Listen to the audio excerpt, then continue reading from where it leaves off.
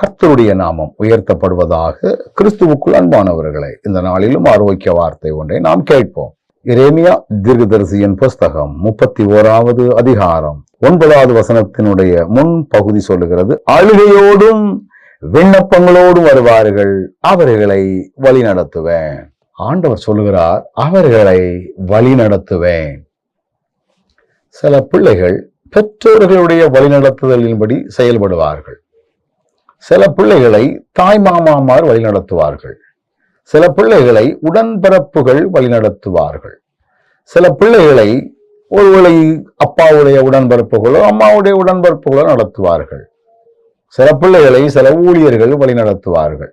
இங்க என்ன சொல்லியிருக்குன்னா, என் அண்டையிலே அழுகையோடு வரக்கூடியவர்கள், விண்ணப்பங்களோடு வரக்கூடியவர்கள் யாரா இருந்தாலும் அவர்களை நான் வழி நடத்துவேன். ஆண்டவர் சொல்லுகிறார்.